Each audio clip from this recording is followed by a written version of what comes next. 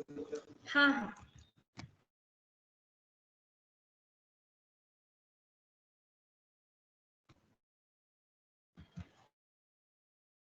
Hello पवन sir, मेरी आवाज आ रही है क्या?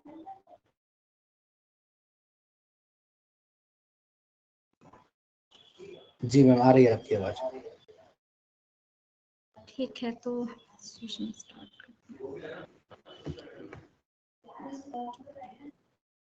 आइए System activated. आवाज साफ आ रही है। ठीक है। आप सभी को नमस्कार। मैं डॉक्टर मोनी सिंह आज के एनरिचिंग थर्सडे कार्यक्रम में डॉक्टर उषा के नायर मैडम एवं समस्त स्टेट लेवल नैक्सल टीम की ओर से आप सभी का स्वागत करती हूं। आज के इस महत्वपूर्ण सत्र के विषय डीसीएस इन एनआईआरएफ के संयुक्त पर्सन के रूप में डॉक्टर नागेश दगावकर सर एवं डॉक्टर स्वप्ता गुप्ता मैडम उपस्थित हैं, जिनका मैं हार्दिक स्वागत करती हूं। आज के रिसोर्स पर्सन के बारे में आप बताना चाहूँ। Doctor Nagesh Dagaonkar sir government Holkar science college Indore में प्रोफेसर एवं आईपीएससी कोऑर्डिनेटर के आपको 41 वर्ष का शैक्षणिक एवं रिसर्च का अनुभव प्राप्त है। आपने 5 बुक्स एवं 18 से अधिक रिसर्च नेशनल एवं इंटरनेशनल जर्नल में पब्लिश किया है। अब मैं आपको डॉक्टर स्वप्ता गुप्ता के बारे में बताना चाहूंगी।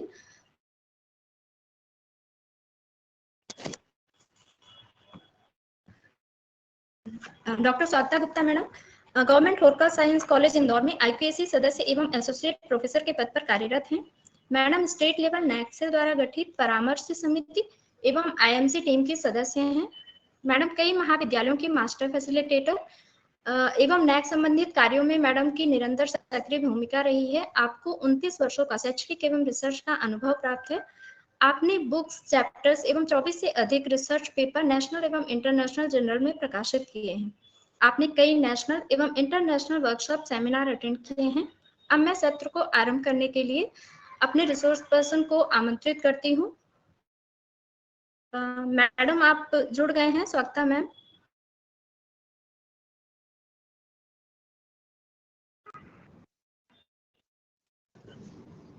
हाँ, मैं जुड़ चुकी हूँ मैम। यस मैम, तो अब सेशन स्टार्ट करते हैं। मैं मैडम का स्वागत करती हूँ। Over to you ma'am.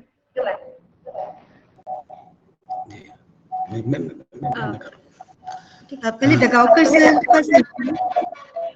हाँ सर, मैं आपका स्वागत करती हूँ। अब सेशन को स्टार्ट करते हैं। जी जी, धन्यवाद मैडम एक अच्छे इंट्रोडक्शन के लिए, और सभी सौभाग्यों का मैं भी स्वागत करता हूं नेक सेल की तरफ से।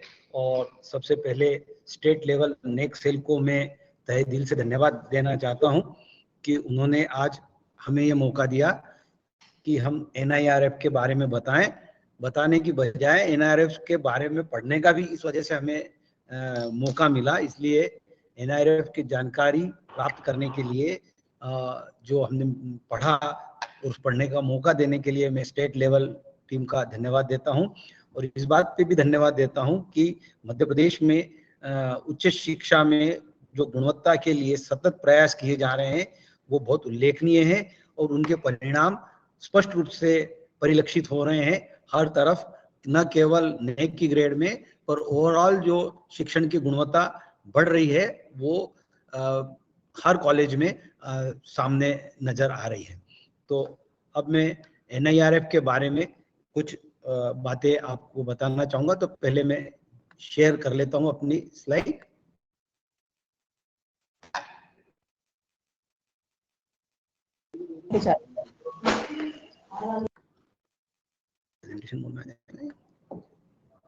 ठीक है, तो जैसा कि आप देख रहे हैं NIRF national institutional ranking framework, जिसका पूरा फुल फॉर्म होता है, और सत्र 2024 के लिए, सन 2024 के लिए इसमें अब DCS data capturing system open हो गया है, और इसमें अब हमको जानकारी भरना है, और इस जानकारी भरने की अंतिम तारीख 5 जनवरी 2024 है।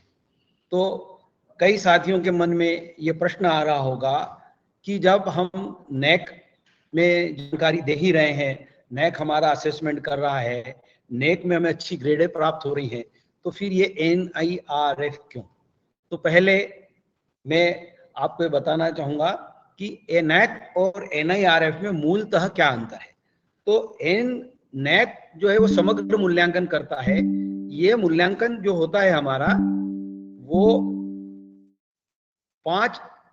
पिछले 5 वर्षों के मूल्यांकन के आधार पर आने वाले अगले 5 सालों के लिए होता है कि पिछले 5 सालों में हमने क्या गतिविधि करी। उन मूल्यांकन के आधार पर हमारे आने वाले अगले 5 सालों का मूल्यांकन किया जाता है। मतलब नेक में एक बार ग्रेड मिल गई तो हमको 5 साल तक वो ग्रेड मिली हुई रहती है, जबकि NIRF में मिली हुई ग्रेड केवल 1 साल के लिए ही प्राप्त होती है। और इसमें और नैक के असेसमेंट में सबसे बड़ा अंतर यह है कि ये NIRF की जो ग्रेड है वो तुलनात्मक अध्ययन के बाद कि आप आपके साथ वाले कॉलेजों में कहाँ खड़े हो रहे हो, ये एक बहुत इंपॉर्टेंट चीज है। जैसा कि आप 4 नंबर पॉइंट पे देख रहे हैं कि ranking is relative to the other institutional similarly placed. आप जैसे सब कॉलेजों को एक साथ खड़ा कर दिया जाए तब आपका कॉलेज किस नंबर पर खड़ा हो रहा है, ये NIRF तय करता है। इसलिए NIRF की रैंकिंग अपने आप में बहुत महत्व रखती है। कई बार लोग जो एडमिशन लेने के लिए जब साइट खोलते हैं तो वो NIRF रैंकिंग को ज्यादा महत्व देते हैं, क्योंकि वो पिछले जस्ट 1 साल पहले की स्थिति को प्रदर्शित करता है, जबकि नैक जो है वो पिछले 5 सालों की, अगले 5 सालों की ग्रेड के बारे में बताता है। इसलिए NIRF का अपना बड़ा महत्व है। और जिस तरह से नैक में डाटा भरने में बहुत सावधानी रखी जानी है, ठीक उसी तरह से NIRF के भी डाटाओं को भरने में बहुत सावधानी रखी जानी चाहिए।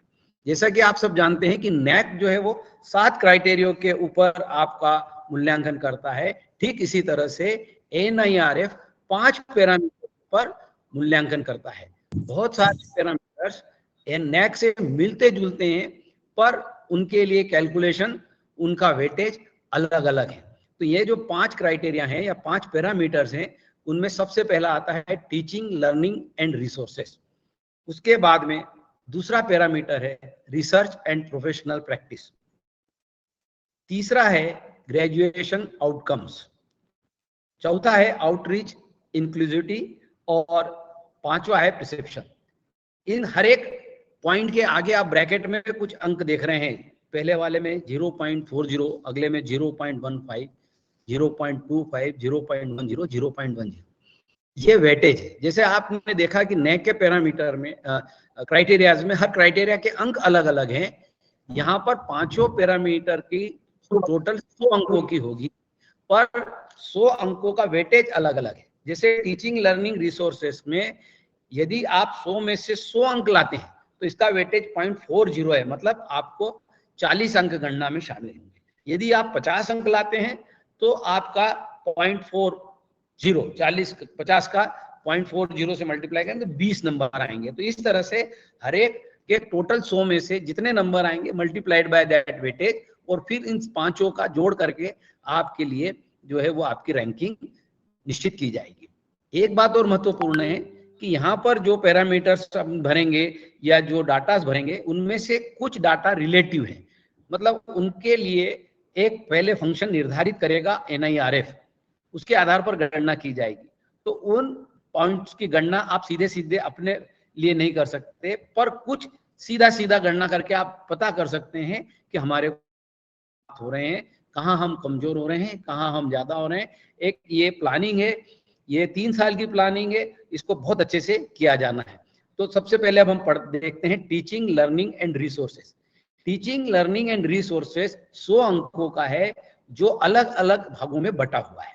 जहां आप ये देखें कि TLR, teaching, learning and resources, 100 अंकों को SS 20, FSR 30 numbers, FQE 20 numbers और FRU 30 नंबर्स है। तो अब ये SS, FSR, FQE और FRU क्या है, इसके बारे में हम बात करते हैं। तो SS mean student strength, SS, ये 20 मार्क्स का इसका वेटेज है। B जब हम देखते हैं तो FSR, फैकल्टी स्टूडेंट रेशो, ये 30 नंबर का है।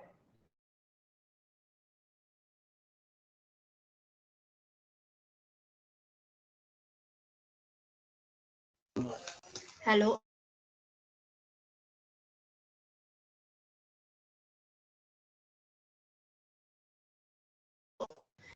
हेलो सर, सर आप म्यूट हो गए हैं, आप अपने आप को अनम्यूट कर लीजिए प्लीज।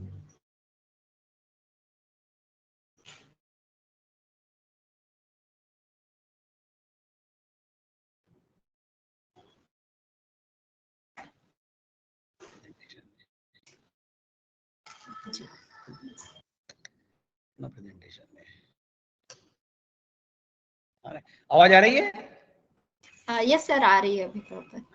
तो फिर से मैं एक बार शुरू से कर देता हूँ। टीचिंग लर्निंग रिसोर्सेस ये 100 नंबर का है। इसमें 1 2 3 4 पैरामीटर्स हैं। स्टूडेंट स्ट्रेंथ 20 नंबर की है। फैकल्टी स्टूडेंट रेशो ये 30 नंबर का है। FQU एक्सपीरियंस एंड क्वालिफिकेशन ये 20 नंबर का है। और रिसोर्स और यूटिलाइजेशन 30 नंबर का है। यहाँ आप जो निगेटिव पॉइंट है उन पर बिल्कुल भी ध्यान न दें।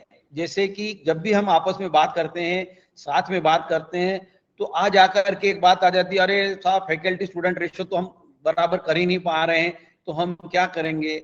ये मान के चलिए कि जो निर्धारित मानदंड है उसमें 90% कॉलेज उस मानदंड को पूरा नहीं कर रहे होंगे। जैसे यदि किसी क्वेश्चन पेपर में यदि एक प्रश्न कठिन आ जाए और सभी उसको छोड़ते हैं तो मेरिट में कोई ज्यादा फर्क नहीं पड़ने वाला है। ठीक उसी तरह से फैकल्टी स्टूडेंट रेशो वाला पॉइंट है, इसके ऊपर ज्यादा अपने को निराश होने की जरूरत नहीं है, क्योंकि एक ऐसा प्रश्न, कठिन प्रश्न है जिसको अधिकांश विद्यार्थी छोड़ने वाले हैं।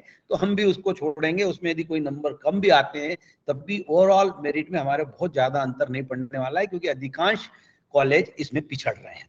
अब हम आ जाते हैं एक एक कैलकुलेशन को कि कैसे किया जाएगा। तो जब हम स्टूडेंट स्ट्रेंथ रेशो की जब बात करेंगे तब आप देखेंगे कि इसका फॉर्मूला है SS बराबर FNT, NE multiplied by 20।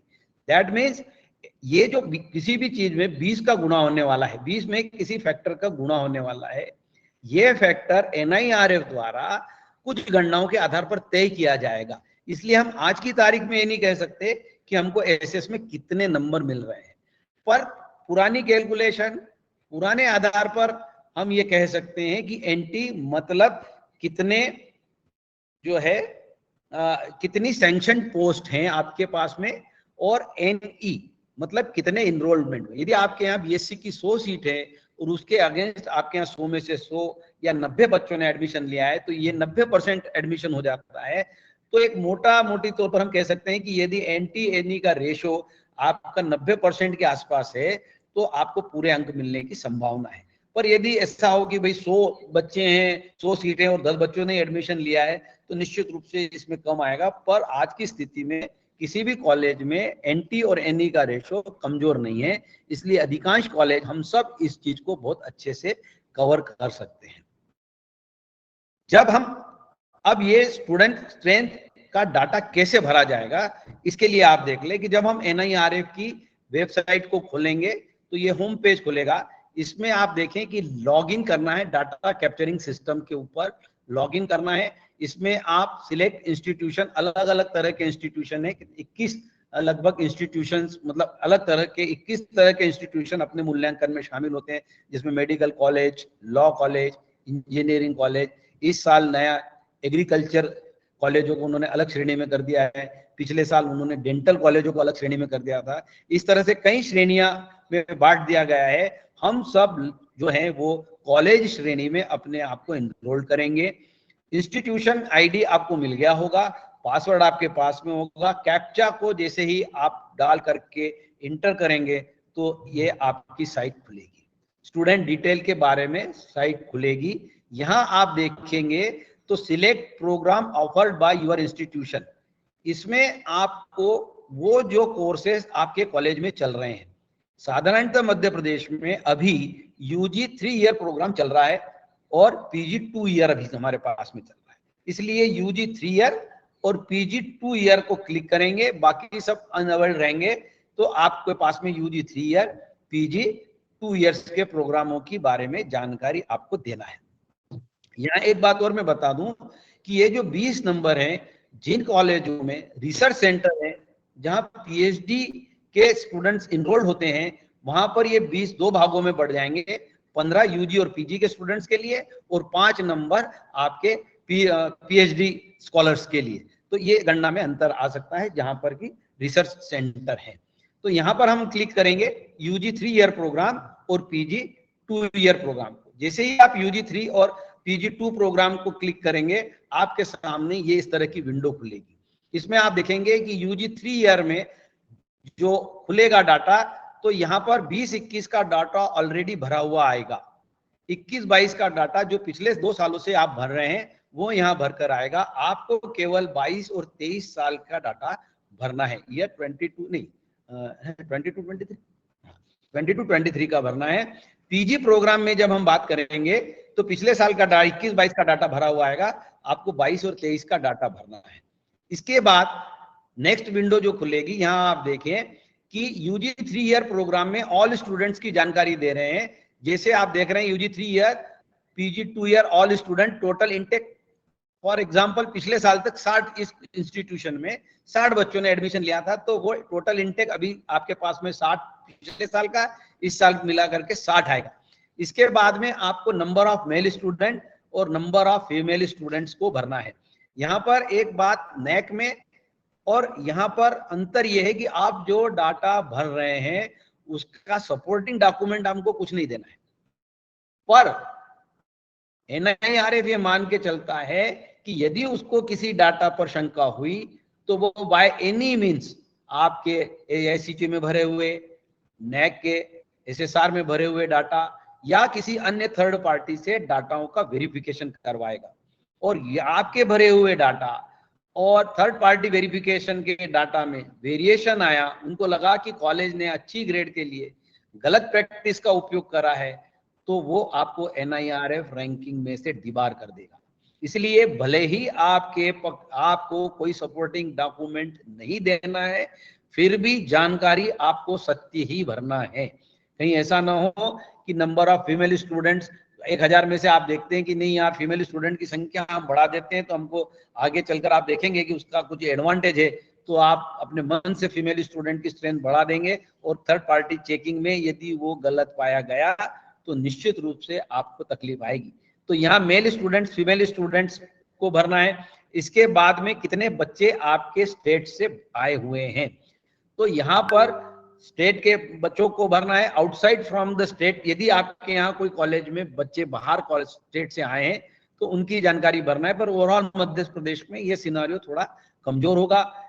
Economically backward students के बारे में जो जानकारी भरना है, तो यहाँ पर वो जानकारी भरे जिनकी की स्कॉलरशिप मंजूर हुई है।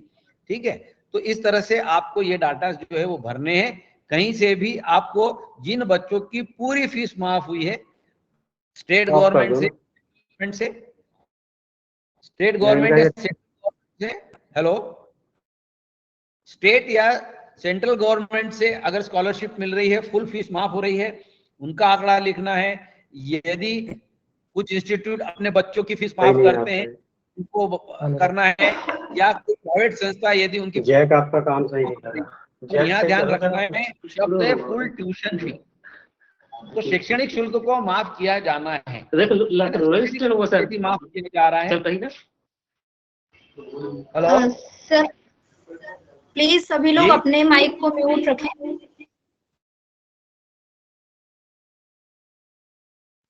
इसके बाद जहां रिसर्च सेंटर है, जहां पीएचडी के स्टूडेंट्स की बारे में बात करनी है, तो वहां टोटल पीएचडी स्टूडेंट्स के बारे में, एनरोलमेंट के बारे में बताना है। तो यहाँ पर आपको एक बात का ध्यान रखना है कि जैसे पिछले साल 25 स्टूडेंट्स थे, 5 बच्चों को पीएचडी अवार्ड हो गई और 7 बच्चों ने इस बार नया ज्वाइन करा, तो आपके यहाँ पीएचडी एनरोलमेंट 27 हो जाएगा। जो बच्चे पिछले साल इनरोल्ड थे और जिनका पीएचडी अभी पूरा नहीं हुआ है, उनको भी इनरोल्ड माना जाएगा। ये क्लियर चीज है ना। तो इस तरह से आपको ये डाटा यहाँ पर पीएचडी से संबंधित डाटा आपको भरा जाना है। इसके बाद में फैकल्टी स्टूडेंट रेशो के बारे में अपन बात करते हैं, जो कि 30 नंबर का है।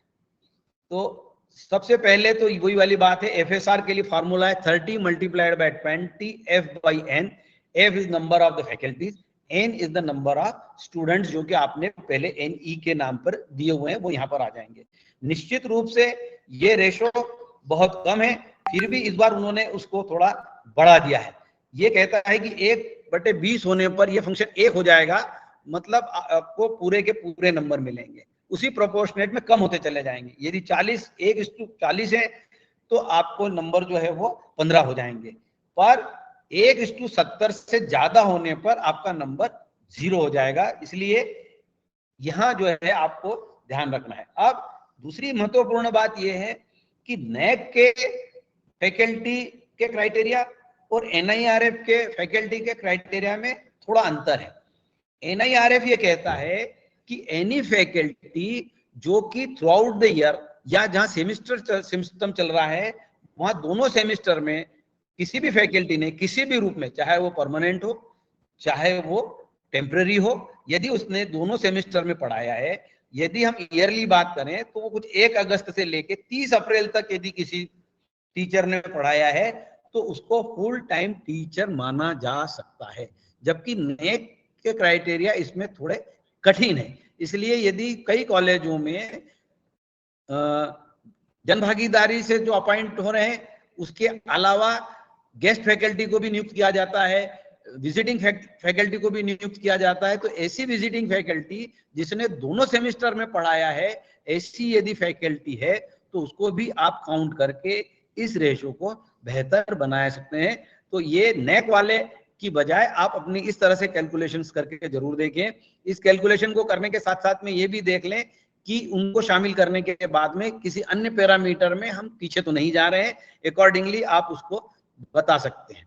तो यहाँ आपको जैसे ही आप करेंगे, फैकल्टी डिटेल्स को क्लिक करेंगे, तो यहाँ पर आपको ऐड न्यू और डिलीट दोनों ऑप्शन मिलेंगे।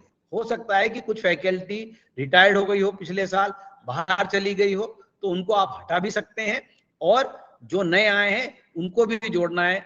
सबसे महत्वपूर्ण बात यह है कि यहाँ पर फैकल्टियों का पैन नंबर जरूर बताना है, क्योंकि कई प्राइवेट कॉलेजों में कई बार ऐसा होता है कि एक फैकल्टी 2 कॉलेजों में भी अपनी उपस्थिति बताती है, तो वो पैन नंबर यूनिक नंबर होगा, जिससे ये रेक्टिफाई होगा कि ये फैकल्टी, कहीं ऐसा तो नहीं कि एक फैकल्टी के नाम आपने 2 जगह दे दिए हैं।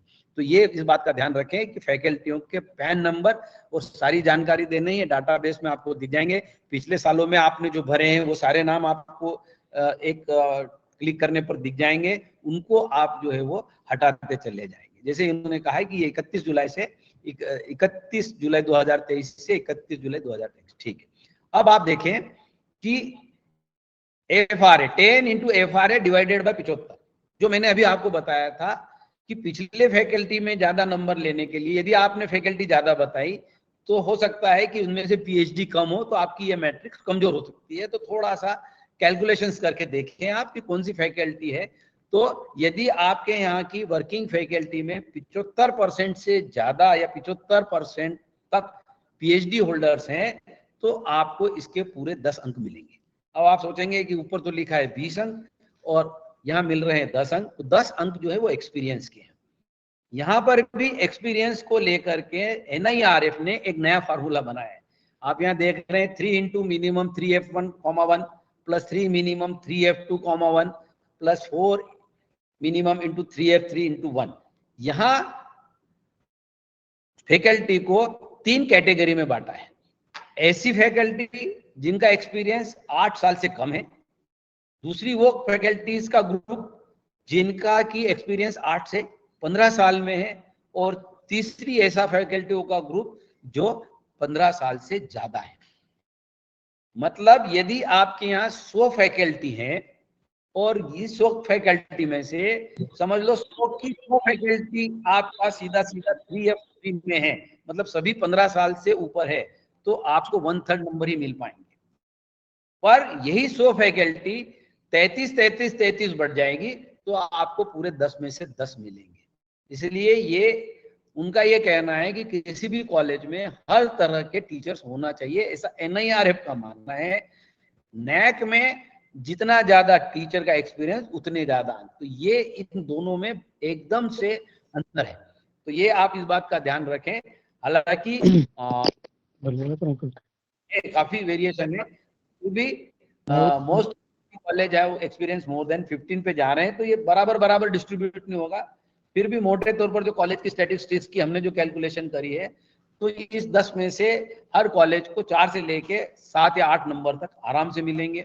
पीएचडी में जहाँ लगभग सब, ना केवल पीएचडी, यदि वो स्लेट पास है वो भी कैलकुलेट हो जाएगा, यदि वो नेट पास है वो भी हो जाएगा। मैनुअल में एक जगह लिखा है कि उन्हीं फैकल्टी को काउंट किया जाएगा जो कि पोस्ट ग्रेजुएट है। तो मैनुअल पढ़ने पर कई लोगों के मन में शंका आ सकती है कि भाई बीएससी वाला आदमी कहाँ कॉलेज में पढ़ाएगा। तो जैसे मैनुअल जो है वो सभी कॉलेजों के लिए, इंजीनियरिंग कॉलेज के लिए भी है, मेडिकल कॉलेज के लिए भी है, लॉ कॉलेज के लिए भी है। पर्टिकुलरली इंजीनियरिंग कॉलेजों में बीई के बाद में फैकल्टी को रख लिया जाता है। तो बीई के बाद यदि किसी इंजीनियरिंग कॉलेज में कोई फैकल्टी काम कर रही है तो वो यहाँ पर काउंट नहीं होगा। बात है एफक्यू प्लस एफई, मतलब 10 नंबर क्वालिफिकेशन के और 10 नंबर एक्सपीरियंस के मिला करके इस मैट्रिक्स का टोटल कोर्स बनाया जाएगा। इसके बाद में आता है रिसोर्सेस। तो रिसोर्सेस के बारे में जानकारी भरने के लिए इस बात का बहुत ध्यान रखें, 21-22 की आपने भर्ती होगी। अब जो आ रही है 22-23 में, उसमें आपको ये जो भी डाटा भरा जाए अनिवार्य रूप से चार्टर्ड अकाउंटेंट ने जो आपके यहाँ का ऑडिट किया हुआ है वही आंकड़े यहाँ पर भरे जाएं। निश्चित तौर से पिछले साल कुछ कॉलेजों में ये मैल प्रैक्टिस पकड़ा गया और उनको काफी नुकसान उठाना पड़ा। तो आप अपने हिसाब से इसको मैनिपुलेशन ना करें। जो आपकी ऑडिट रिपोर्ट में है कि लाइब्रेरी के ऊपर इतना खर्च किया गया, इक्विपमेंट के ऊपर कितना खर्च किया गया, वर्कशॉप सेमिनार इक्विपमेंट के लिए आपने जो करा है, इन सब का डाटा का प्रूफ आप अपने ऑडिट रिपोर्ट से ही दें, किसी भी प्रकार से उसको ना करें। यहाँ पर आप देख रहे हैं कि ये जो कैलकुलेशन होगा, जो आपने ऊपर डाटा भरा है, उसमें से annual capital expenditure excluding expenditure on new, मतलब नई बिल्डिंग बनाने के लिए जो खर्चा किया गया उसको हटाने के बाद जो पैसा बचेगा वो एवरेज एनुअल कैपिटल एक्सपेंडिचर पर स्टूडेंट कहलाएगा। और बीओ जो है वो एवरेज एनुअल ऑपरेशन एक्सपेंडिचर पर स्टूडेंट फॉर प्रीवियस 3 इयर्स किया जाएगा। तो ये आप जैसे ही डाटा भरेंगे ऑटोमेटिकली वो कैलकुलेट करेगा कि उसमें से किसको बीसी मान रहा है, किसी को बीए मान रहा है। और यहाँ सिर्फ एक बात ये ध्यान रखना है कि जो भी डाटा भरा जाएगा वो आपकी एनुअल ऑडिट रिपोर्ट के आधार पर ही भरा जाएगा। इसके बाद में वही पूरा भरना है कि सैलरी कंपोनेंट को माइनस करना है, तो आपको तो यहाँ सैलरी कंपोनेंट केवल भरना है, कैलकुलेशन कुछ भी नहीं करना है, अपने आप सारा जो है वो कैलकुलेट हो जाएगा। इसके बाद में जो रिसर्च एंड प्रोफेशनल प्रैक्टिस को लेकर के 100 मार्क्स हैं, उसमें पब्लिकेशन को लेकर के 70 मार्क्स हैं और क्वालिटी ऑफ पब्लिकेशन को लेकर 30 मार्क्स हैं। इनके बारे में आपको कोई जानकारी नहीं दे रहा है, ये थर्ड पार्टी स्कूपस और वेब ऑफ साइंस से सीधा ये डाटा उठाया जाएगा, जैसे नेट में उठाया जाता है, और वहां से ये कैलकुलेशन किया जाएगा। इसलिए अच्छी ग्रेड के लिए इस साल नहीं अगले साल की यदि तैयारी करना है तो सभी फैकल्टी जो पेपर पब्लिश कर रहे हो वो रेपुटेड जर्नल में ही पब्लिश करें, इस तरह का आपने को बात करना है। अगेन दैट P/FRQ ये जो फैक्टर है, ये फैक्टर अपने स्तर पर NIRF तैयार करेगा। इसलिए इस मैट्रिक्स में आपको कितने नंबर अभी मिल रहे हैं ये हम स्ट्रेट वे नहीं कह सकते, क्योंकि P/FRQ इस फैक्टर को NIRF ओवरऑल कॉलेजों से मिले डाटा के आधार पर इसको तय करेगा और फिर जो है वो आपकी कैलकुलेशंस होंगी। साइटेशन कितने हैं इस बात पर भी आपका आएगा। अगेन ये साइटेशन के लिए आपको नहीं लिखना है, ये वेब आप थर्ड पार्टी इसका वेरिफिकेशन करेगा। यदि आपके कॉलेज में कोई पेटेंट पब्लिश हुआ है या ग्रांट हुआ है उसकी जानकारी यहाँ पर दें, इसके भी अंकों का निश्चित रूप से वेटेज मिलेगा। सीधे सामने फॉर्मूले पर नहीं दिख रहा है पर कहीं ना कहीं ये कैलकुलेट होगा। यदि आपके यहाँ रिसर्च प्रोजेक्ट किसी पार्टी से फंड है, गवर्नमेंट फंड है या किसी प्राइवेट एजेंसी से यदि फंडिंग प्राप्त हुआ है, उसकी जानकारी आपको यहाँ देना है ताकि आपके बारे में किया जाएगा। कंसल्टेंसी की जब हम बात करते हैं तो कंसल्टेंसी यदि आपके पास जो भी है, यहाँ पर कोई वो नहीं है, क्या कहते हैं, बाउंडिंग नहीं, जैसे कि नेट में ऑटोनॉमस कॉलेज के लिए 50 लाख की बॉन्डिंग है। यहाँ पर वो बॉन्डिंग नहीं है, तो जो भी आपने छोटी मोटी भी करी हो 10,000, 20,000, 50,000 की, वो यहाँ जरूर से लिखें। तो इस तरह से आप यदि इन डाटाओं को भरेंगे तो निश्चित रूप से अच्छी NIRF की प्राप्ति की ओर हम अग्रसर हो सकते हैं। और यहाँ पर मेरे दोनों क्राइटेरिया से संबंधित जानकारी पूरी होती है। अब मैं कुछ, यदि आपके बहुत संक्षिप्त हो तो उनको हम अभी अटेंड करते हैं, तो आप लिख लें। सेशन समाप्ति के बाद प्रिया मैडम भी आपको आपके प्रश्नों के उत्तर दे सकते हैं, तो मेरे ख्याल से वही ज्यादा अच्छा रहेगा, कंटिन्यूटी बनी रहेगी। तो मैं अब नेक्स्ट सेल की तरफ से मेरे को निवेदन कर देता हूँ कि वो अपना बाकी बचे 3 क्राइटेरिया के ऊपर अपना प्रेजेंटेशन प्रस्तुत करें। आइए। Thank you, Dagaukar sir. Am I audible? Yes, ma'am. Okay. Okay. तो हम इसी के कंटिन्यूएशन में आगे बढ़ते हैं जिससे मोमेंटम ना टूटे। जैसा कि सर ने बताया कि 5 पैरामीटर्स हैं, तो मैं 3 पैरामीटर्स पर बात करूंगी। वो है ग्रेजुएशन आउटकम्स, दूसरा है आउटरीच एंड इंक्लूसिविटी, और तीसरा है पीयर परसेप्शन। आप देख रहे हैं यहाँ पे मार्क्स तीनों के 100 है, लेकिन जो वेटेज है 0.25, 0.10, 0.10। तो हम इसको अब डिटेल्स में डिस्कस करेंगे। सबसे पहले आ जाइए ग्रेजुएशन आउटकम्स पर। ग्रेजुएशन आउटकम्स जो रैंकिंग वेट है वो है 0.25, और ये 3 सब पैरामीटर्स में डिवाइडेड है। पहला सब पैरामीटर है combined metric for placement and higher studies, जिसको शॉर्ट में GPH कहा गया है। दूसरा सब पैरामीटर है मेट्रिक फॉर यूनिवर्सिटी एग्जामिनेशंस, जिसे GUE कहा गया है। और तीसरा है मीडियन सैलरी GMS। तो ये 40, 40, 20 ये स्लैब्स हैं इनके, टोटल 100 मार्क्स के होंगे। अब हम देखते हैं कि इसका जो ओवरऑल असेसमेंट है वो कैसे है, उसके लिए फॉर्मूला क्या है। तो आप यहाँ पर देख रहे हैं GO is equal to GPH 40, GUE 40 and GMS 20। अब हम एक एक करके इनके जो कंपोनेंट मैट्रिक्स है या जो सब मैट्रिक्स है उनको हम देखते हैं। सबसे पहला है combined metric for placement and higher studies. तो इसके लिए फॉर्मूला है 40 into NP by 100 plus NHS by 100।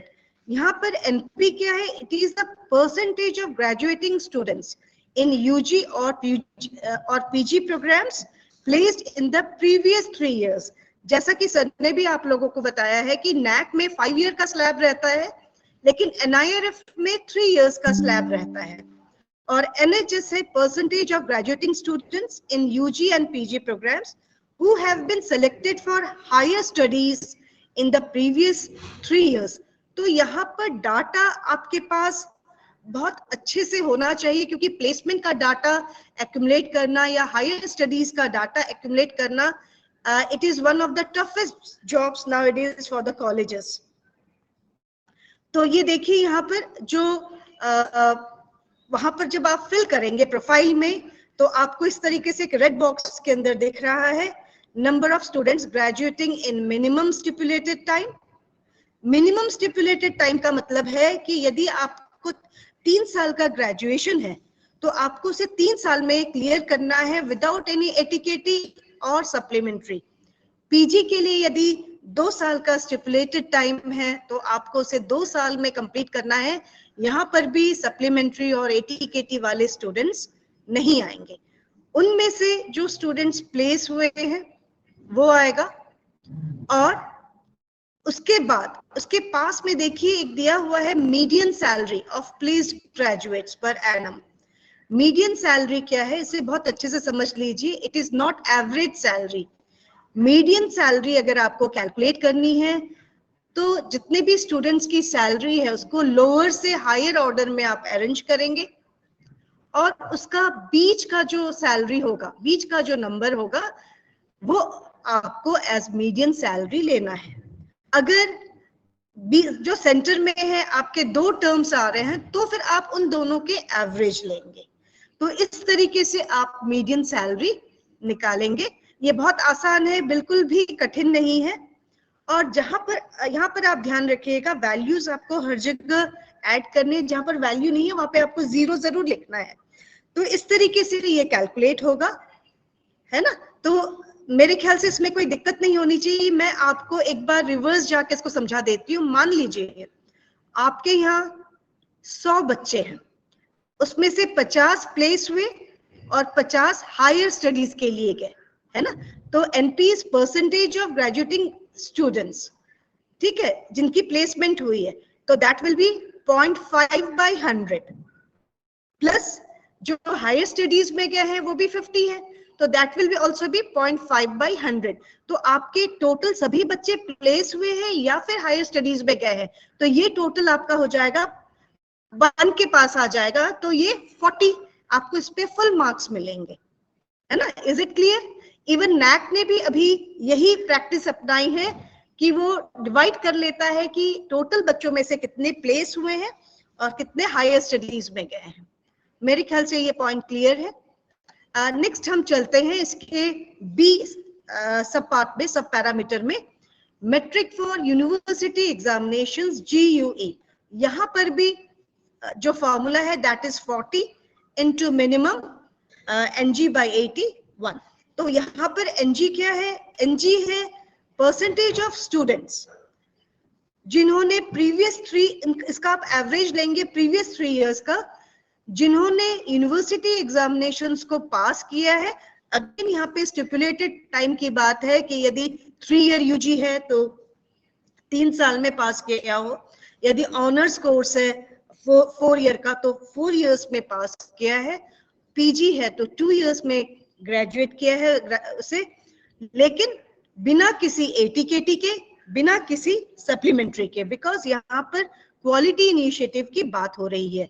यहाँ पर देखिए जो आप भरेंगे, अगेन रेड बॉक्स में देखिए, यहाँ 3 एकेडमिक ईयर्स दिए हैं और आपको number of students graduating in minimum stipulated time आपको डालना है, बाकी सब इनके सॉफ्टवेयर कैलकुलेट करेंगे, राइट। अब इसी का ही ग्रेजुएशन आउटकम्स देखिए, ये पूरा स्टूडेंट सेंट्रिक है। आपके कॉलेज की या इंस्टीट्यूशन की क्वालिटी इस बात पर डिपेंड करती है कि आपके स्टूडेंट का क्वालिटी क्या है, जो स्टूडेंट आउटकम है उनकी क्वालिटी क्या है, ये पूरा उस पर निर्भर कर रहा है। यहाँ पर मीडियन सैलरी की जब हम बात कर रहे हैं तो उसे GMS के नाम से कहा जाता है शॉर्ट फॉर्म में, and it 20 into function of MS। MS क्या है? Median salary of graduates. यहाँ पे मीडियन सैलरी इन UG और PG प्रोग्राम्स आपको अगेन लास्ट 3 इयर्स के लेने हैं, ठीक है। मेरे ख्याल से मीडियन सैलरी कैसे कैलकुलेट करते हैं मैंने आपको समझा दिया है। अब आप अगर इसके फॉर्मेट में जाएंगे तो देखिए, अगेन रेड बॉक्स पे ध्यान से देखिए, नंबर ऑफ स्टूडेंट्स प्लेस्ड आ गया है ना, ईयर वाइज। उसके बाद पहले ग्रेजुएटिंग है, फिर नंबर ऑफ स्टूडेंट्स प्लेस्ड है, फिर उसके बाद मीडियन सैलरी क्या है वो है ना, पर एनम, और वही वर्ड्स में है जिससे कहीं कोई गड़बड़ नहीं हो, तो इसे इन्होंने वर्ड फॉर्म में भी रखा हुआ है, तो इसमें हम कोई गड़बड़ी ना करें भरते हुए। फोर्थ जो हमारा पैरामीटर है that is outreach and inclusivity. That means हमारा जो इंस्टीट्यूशन है इसकी पहुंच कहाँ तक है और हम कैसे समाज के हर तबके को इंक्लूसिव हम करते हैं, अपने आप में समाहित करते हैं, सबको एक तरीके से हम नर्चर करते हैं। इसका जो रैंकिंग वेट है दैट ये है 0.10, मैक्सिमम मार्क्स 100 है, और ये डिवाइड है 4 सब पैरामीटर्स में। पहला सब पैरामीटर है percentage of students from other state और अदर कंट्रीज, तो इसे रीजनल डाइवर्सिटी RD कहा गया है और इसको 30 मार्क्स एलोकेट किया गया है। दूसरा सब पैरामीटर है परसेंटेज ऑफ वुमेन, जिसे वुमेन डाइवर्सिटी WD के नाम से कहा गया है, और इसे भी 30 मार्क्स एलोकेट किए गए हैं। उसके बाद नेक्स्ट जो सब पैरामीटर है वो है economically and socially challenge students, जिसे ESCS कहा गया है, और इसे 20 मार्क्स एलोकेट किए गए हैं। चौथा जो सब पैरामीटर है, it is PCS, that is facilities for physically challenge students. इसे भी 20 मार्क्स एलोकेट किया गया है। और ये पर्टिकुलर पैरामीटर जो है, ये इस बात को डिफाइन करता है कि आप किस तरीके से इंक्लूसिव एटमॉस्फेयर आपके यहाँ कैरी करते हैं। तो इसका जो ओवरऑल असेसमेंट मेट्रिक है, it is RD30 plus WD30 plus ESCS 20 plus PCS 20। अब हम इनके कंपोनेंट मैट्रिक्स को हम एक एक करके देखें, इन चारों को। पहला है percentage of students from other states and countries, ठीक है। रीजनल डाइवर्सिटी, दैट मीन्स क्या आपका इंस्टीट्यूशन इतना पॉपुलर है कि आपके स्टेट से बाहर के स्टेट के बच्चे आ रहे हैं, या फिर इतना पॉपुलर है कि ओवरसीज स्टूडेंट्स आपके इंस्टीट्यूशन में आ रहे हैं। तो यहाँ से नहीं लगा है ना, कनेक्ट नहीं से उधर किया हुआ है। हेलो हेलो, तो क्या अदर स्टेट से जो बच्चे आ रहे हैं उनके लिए देखिए 30 मार्क्स में से 25 अदर स्टेट के स्टूडेंट्स के लिए एलोकेट किया गया है, दैट इज नेशनल लेवल पर, और 5 मार्क्स एलोकेट किए गए हैं इस फॉर्मूले में fraction of students enrolled from other countries, that means international students. So 25 allocated for national level students and 5 marks allocated for international level students. देखिए ये डाटा वो कहाँ से पिच करेंगे, ये डाटा पिच करेंगे जो टोटल एक्चुअल स्ट्रेंथ वाला जो आपका फॉर्मेट है वहां से। यहाँ पे देखिए जो रेड बॉक्स के अंदर है विद इन स्टेट, इसमें मेल एंड फीमेल दोनों का टोटल आएगा। उसके बाद नेक्स्ट है आउटसाइड स्टेट, उसमें भी मेल एंड फीमेल दोनों का आएगा। उसके बाद नेक्स्ट है उसके पास में आउटसाइड कंट्री, इसमें भी मेल एंड फीमेल दोनों का इंक्लूड होगा, ठीक है। अब नेक्स्ट है percentage of women diversity, that is WD। ये एक बहुत इंपॉर्टेंट पैरामीटर है। इसमें टोटल जो मार्क्स हैं वो है 30, तो 15 मार्क्स इसमें देखिए फंक्शन क्या है इसका, 15 into NWS by 50 plus 15 into NWF by 20। WS क्या है, it is the percentage of women students, and WF क्या है, it is the percentage of women faculties, ठीक है। तो जो एक्सपेक्टेशन है, एक्सपेक्टेशन है जहां पर आप वुमेन डाइवर्सिटी पे हाईएस्ट मार्क्स अचीव कर सकते हैं कि टोटल स्ट्रेंथ में से 50%, स्टूडेंट स्ट्रेंथ में से 50% फीमेल स्टूडेंट्स होने चाहिए, और फैकल्टीज में से मिनिमम 20% वुमेन फैकल्टी होनी चाहिए। तो ये एक्सपेक्टेशन है। ये कहां पर भरा जा रहा है, अगेन ये जो स्टूडेंट स्ट्रेंथ वाला जो अपना पोर्टफोलियो है, वहां पर नंबर ऑफ फीमेल स्टूडेंट्स देखिए दिया हुआ है, टोटल नंबर ऑफ स्टूडेंट्स भी दिए हुए हैं, और ऐसे ही जहां पर फैकल्टी डिटेल्स है वहां पर भी ये आ जाएगा, ठीक है। उसके बाद नेक्स्ट है ESCS, economically and socially challenge students. यहाँ पर हमको ध्यान रखना है जो इसका जो इक्वेशन है वो है ESCS is equal to 20 into function of NESC, that means यहाँ पर परसेंटेज ऑफ UG स्टूडेंट्स, देखिए यहाँ पर PG स्टूडेंट्स को नहीं लिया गया है, ओनली UG स्टूडेंट्स को लिया गया है जिनको फुल ट्यूशन फी रिएम्बर्समेंट हो रहा है, या तो गवर्नमेंट के द्वारा या फिर इंस्टीट्यूशन के द्वारा, और बाय एनी अदर मींस। यहाँ पर एक और बात का आपको ध्यान रखना है कि economically challenged and socially challenged, these two are two different things. तो आप सेम बच्चे को इकोनॉमिकली चैलेंज्ड और उसको सेम सोशली चैलेंज में नहीं डाल सकते हैं, आपको सेलेक्ट करना पड़ेगा, आइदर इकोनॉमिकली चैलेंज्ड है वो या फिर सोशली चैलेंज्ड है। अब इसके लिए देखिए अगेन वही फॉर्मेट है जो टोटल एक्चुअल स्टूडेंट स्ट्रेंथ की बात जहां आ रही है। यहाँ रेड बॉक्स में देखिए 2 बॉक्सेस हैं, economically backward male and female दोनों का टोटल होगा, उसके पास में सोशली चैलेंज जिसमें SC ST OBC including male and female. तो अब आपको ये भी क्लियर हो गया है कि कहाँ क्या भरना है। तो इकोनॉमिकली बैकवर्ड में कौन आ जाएंगे, संबल योजना वाले आ जाएंगे, है ना, संबल योजना वाले आ जाएंगे, या फिर जो मेधावी वाले हैं, जो बेंचमार्क से नीचे है, जो हमारी सैलरी की बेंचमार्किंग है उससे नीचे हैं, वो भी यहाँ आ जाएंगे।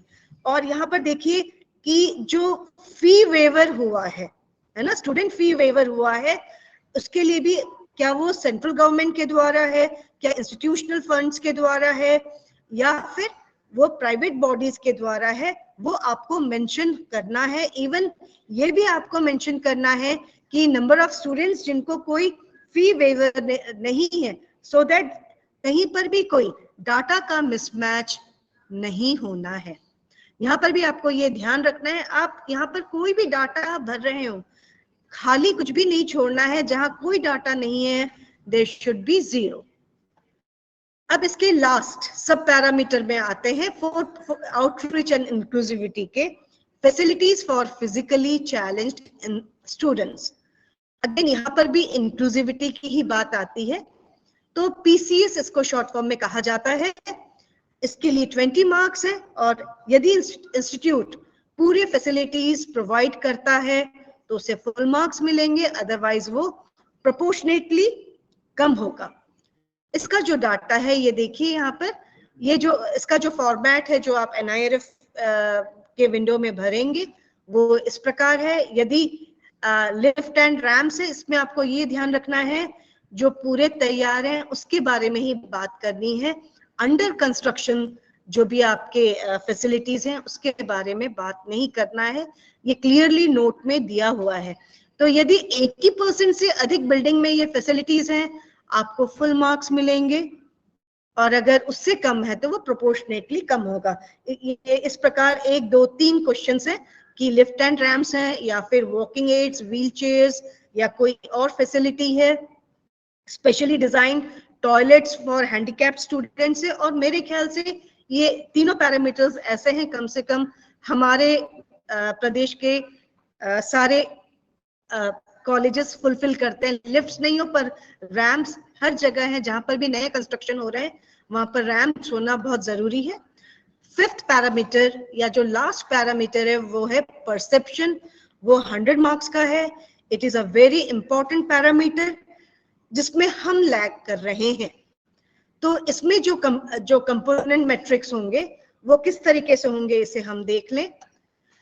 ये होगा PREMP plus PRACD plus PRPUB plus PRCMP, सबको इक्वली मार्क्स डिस्ट्रीब्यूटेड है। 100 मार्क्स, ये 25, 25, 25, 25 इस रूप से ये डिस्ट्रीब्यूटेड है। ठीक है, इसको हम समझ लें। PREMP है, ये पीयर परसेप्शन है बिटवीन अमॉन्ग एम्प्लॉयर्स जो उन बच्चों को एम्प्लॉय कर रहे हैं, एंड रिसर्च इन्वेस्टर्स अगर वहां पर रिसर्च फैसिलिटीज हैं तो। पीयर परसेप्शन, एकेडमिक पीयर्स किस तरीके से आपके इंस्टीट्यूट को रेट करते हैं। पब्लिक परसेप्शन मतलब बच्चों के पेरेंट्स, बच्चों के फ्रेंड्स किस तरीके से परसीव करते हैं आपके इंस्टीट्यूशन में। PRCMP है कॉम्पिटिटिवनेस, दैट मीन्स आपके यहाँ बच्चे PG और PhD करने के लिए आना चाहते हैं, कितना प्रेफर करते हैं, क्या आपका institution among the top institutions है जहां बच्चे जाना चाहते हैं। तो ये कैलकुलेट किस तरीके से किया जाता है, ये डायरेक्टली आपसे नहीं पूछा जाता है, ये इंडस्ट्रीज वगैरह से सर्वे करते हुए, इंडस्ट्री ऑर्गेनाइजेशंस जो फंडिंग एजेंसीज हैं, प्राइवेट सेक्टर हैं, जहां बच्चे गए हैं जाते हैं वहां पर ये सर्वे किया जाता है, और इसका अपडेशन वो पीरियोडिकली करते रहते हैं। एकेडमिक पीयर्स भी वो लार्ज कैटेगरी ऑफ एकेडमिक्स के बीच में वो फ्लोट करते हैं सर्वे, और उसके द्वारा वो देखते हैं। पब्लिक परसेप्शन के लिए मींस बहुत सारे हैं, हमारे पास सोशल मीडिया है, तो सोशल मीडिया हैंडल्स को इंस्टीट्यूशन को बहुत अच्छे से यूज करना चाहिए for networking as well as advertisement, है ना। और कॉम्पिटिटिवनेस, आपके यहाँ बच्चे PG में कितना आ रहे हैं, PhD स्टूडेंट्स कितने एनरोल हो रहे हैं, ये बताएगा कि आपका इंस्टीट्यूशन कॉम्पिटिटिवली कितना अलाइव है, कितना एग्रेसिव है, कितने अच्छे से वो इन चीजों को हैंडल कर रहा है। तो ये थे पूरे 5 हमारे पैरामीटर्स। अब मैं आपको कुछ केस स्टडीज में आपको बताना चाहूंगी जो 2023 2023 में जो रैंकिंग हुई थी कॉलेज कैटेगरी में, तो वहां पे मैंने कुछ कॉलेजेस के केस स्टडीज के रूप में आपके सामने प्रेजेंट करना चाहूंगी। देखिए यहाँ पर 4 कॉलेजेस के स्लाइड्स आपको दिख रहे हैं। एक है मिरांडा हाउस जो लगभग पिछले 7 सालों से कॉलेज कैटेगरी पर रैंक 1 पे है। दूसरा है रैंक 18 त्यागराजर कॉलेज जो साउथ से है। रैंक 50 पे है कांची कॉलेज है post graduate studies and research का, ये भी साउथ का है। और रैंक 100 जो लास्ट रैंकिंग है, 100 की जो लिस्ट निकलती है उसमें स्कॉटिश चर्च कॉलेज ये कलकत्ता से है। तो इसको मैं थोड़ा सा कंपेयर मैं आपको करूंगी कि कुछ क्राइटेरिया कितना इंपॉर्टेंट है। आप देखिए यहाँ पर जो 5 पैरामीटर्स हैं ये दिए हुए हैं। 5 पैरामीटर्स में आप देखिए मिरांडा हाउस का जो ऑरेंज कलर का जो आपको बार दिख रहा है, दैट इज उसका परसिवरेंस या कह सकते हैं उसका परसेप्शन। दैट मीन्स उस कॉलेज का परसेप्शन कितना हाई है। और एक चीज आप देखिए RD, that means regional diversity. Regional diversity आप देखिए बाकी सारे कॉलेजेस दूसरे पैरामीटर्स में 19-20 हो रहे हैं, बहुत ज्यादा डिफरेंस नहीं है उनका मिरांडा हाउस के साथ, लेकिन इन दोनों पैरामीटर्स पे रीजनल डाइवर्सिटी आप देखिए रीजनल डाइवर्सिटी भी उसकी काफी हाई है, जबकि दूसरी रीजनल डाइवर्सिटी देखिए काफी कम है, चाहे वो 18 हो, चाहे वो रैंक 15 वाला कॉलेज हो या रैंक 100 वाला कॉलेज है। और सबसे बड़ी बाजी उसने मारी है वो है लास्ट वाले इसमें परसेप्शन पर। So this makes it rank 1। तो परसेप्शन एक ऐसा क्राइटेरिया है जहां पर हमको बहुत अधिक फोकस करना पड़ेगा, क्योंकि वो हमारी मेहनत बताएगा कि हम अपने कॉलेज की कहना चाहिए मार्केटिंग कितने अच्छे से कर रहे हैं, है ना। और अगर मार्केटिंग अच्छी होगी तो नेचुरली आपकी रीजनल डाइवर्सिटी भी अच्छी होगी। आप दिल्ली के सारे कॉलेजेस देख लीजिए जो 1 to 10 में लगभग प्लेस लिए हुए हैं, उन सब की ऑलमोस्ट 25-30 साल पुराने कॉलेजेस हैं और उनका परसेप्शन वाला जो पार्ट है और आरडी जो है जो डाइवर्सिटी है, रीजनल डाइवर्सिटी, ये दोनों में ये सबसे आगे हैं। बाकी सारी चीजों में ये सारे कैटेगरीज में अच्छे कॉलेजेस 19-20 ही होते हैं, ठीक है। तो ये कुछ केस स्टडीज था। एक बार मैं फिर से रिवाइज करवाना चाहूंगी जो NIRF का एक्टिविटी कैलेंडर है। फ्रेमवर्क रिलीज होता है, रजिस्ट्रेशन उसके बाद किया जाता है, जो प्रोसेस आप इस साल कर चुके होंगे। फिर आता है DCS, तो डाटा कैप्चरिंग का अभी मेरे ख्याल से जनवरी तक आपको समय मिलेगा। उसके बाद पब्लिकेशन, साइटेशंस, पेटेंट्स, ये सब थर्ड पार्टी वेरिफिकेशन होता है। साथ में फीडबैक लिया जाता है from different stakeholders and public for data validation. इसके बाद आपको एक मौका डाटा करेक्शन के लिए भी मिलता है। उसके बाद परसेप्शन वाला जो है वो इसको ये फाइनलाइज करते हैं और उसके बाद जून जुलाई में जाके रैंकिंग रिलीज की जाती है। तो जो दिस इज NIRF 2024, तो ये करीब जून या जुलाई में रिलीज किया जाएगा। कुछ मैं सजेशंस भी रखना चाहूंगी जिससे कि हम अपने इंस्टीट्यूशन का NIRF रैंकिंग हम बेटर कर सकते हैं। सबसे पहले जो रिक्वायरमेंट है वो है need to promote qualitative research. Quantitative research तो बहुत होता है, लेकिन क्वालिटेटिव रिसर्च भी बहुत इंपॉर्टेंट है। इसके अलावा हमें कुछ मेहनत करनी पड़ेगी अदर स्टेट स्टूडेंट्स के रेशियो को बढ़ाने में, सो दैट जो रीजनल डाइवर्सिटी है वो बढ़े। हमारी कोशिश ये भी होनी चाहिए कि हम धीरे धीरे मोर ऑटोनॉमी की ओर जाए, क्योंकि बिना अधिक ऑटोनॉमी की ओर जाए बहुत सारे पैरामीटर्स को कवर कर पाना आसान नहीं होता है। और जो सबसे इम्पोर्टेंट पार्ट है कि अगर आपको अपना NIRF के डाटा को स्ट्रेंथन करना है तो data should be available in the institute at every level. अगर डाटा ही नहीं है तो हम कैसे डालेंगे। जर्नल्स की बात मैं कर चुकी, पेपर्स के रिसर्च की बात मैं कर चुकी हूँ। तो जर्नल्स में जब हम डालते हैं अपने पेपर्स तो हमें हाई क्वालिटी जर्नल्स को ही देखना चाहिए। वैसे कहा जाता है कि टॉप 25 to 30% क्वालिटी जर्नल्स जिनके इम्पैक्ट फैक्टर्स बहुत हाई हैं, हमारी कोशिश होनी चाहिए कि उनमें हम अपना पेपर पब्लिश कर चुके।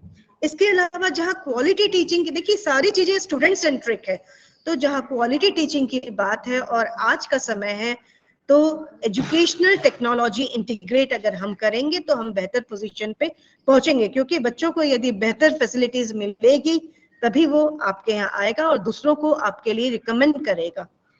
Patents,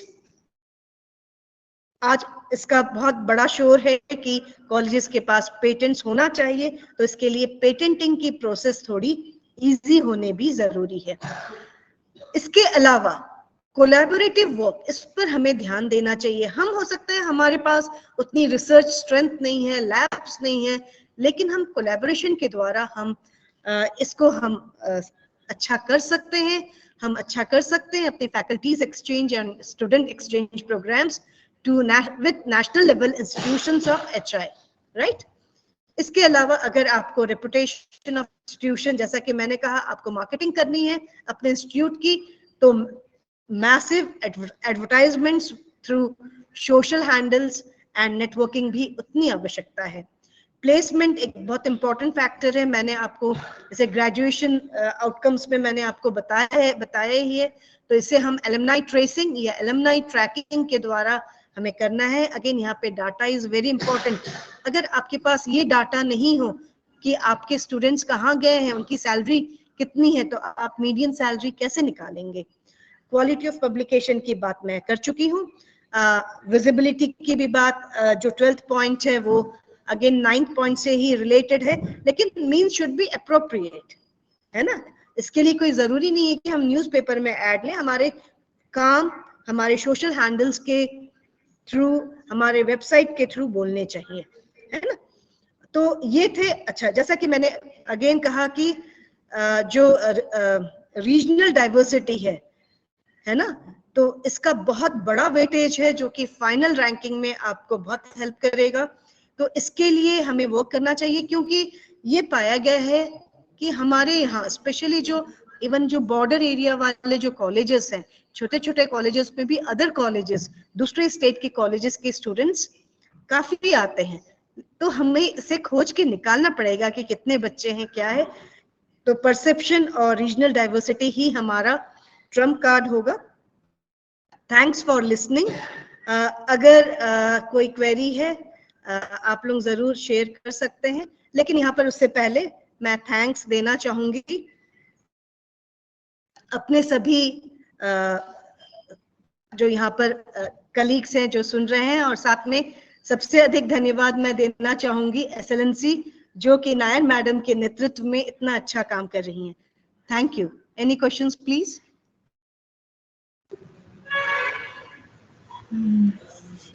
thank you so much ma'am.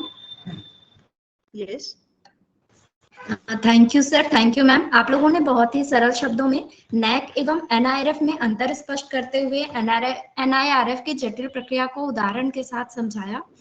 आशा है सभी महाविद्यालय NAC के साथ साथ NIRF में अच्छी रैंक प्राप्त करने हेतु प्रयास करेंगे।